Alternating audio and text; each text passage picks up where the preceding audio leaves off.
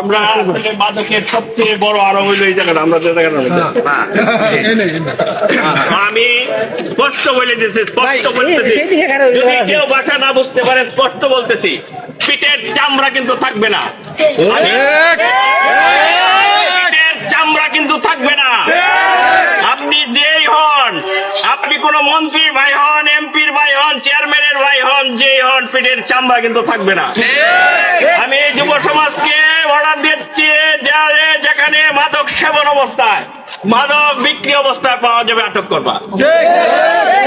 আমরা যাব, আমরা এই মোড়ের মধ্যে জানি অনেকে অনেক অপরাধের সাথে জড়িত, আমরা আজকে থেকে সাবধান করতেছি, পরবর্তী সময় কিন্তু কোনো ছাড় দেওয়া হবে না, কোনো ছাড় কিন্তু দেওয়া হবে না। আমি আপনি যেই হন, সুতরাং আজকের এই মিটিং, আজকের এই আমাদের মিছিল, সকল কিছুর জন্য আজকে যারা এটা আয়োজন করছে যুব সমাজ, আমি তাদের প্রতি আবার আমরা যে সংগঠন এটার মধ্যে মানে সমিতি টমিতি না, এটা হলো আমরা 100 টাকা করে তুলি মান্থলি।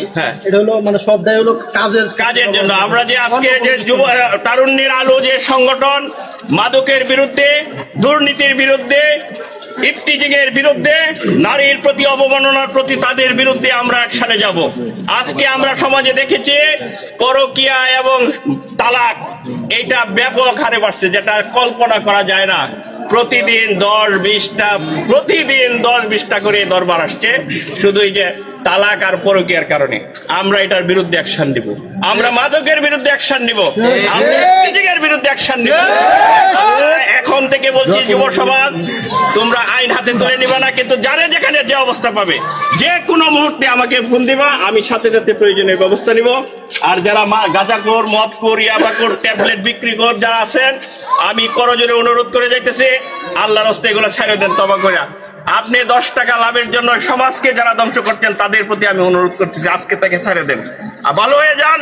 আমরা আপনাদের প্রতি সহানুভূতি দেখাবো, একসাথে মিলেমিশে সুন্দর একটা সমাজ গড়ব, সেই প্রত্যাশা রেখে আজকের এই মানববন্ধন এখানেই সমাপ্তি ঘোষণা করছি। ধন্যবাদ সবাইকে।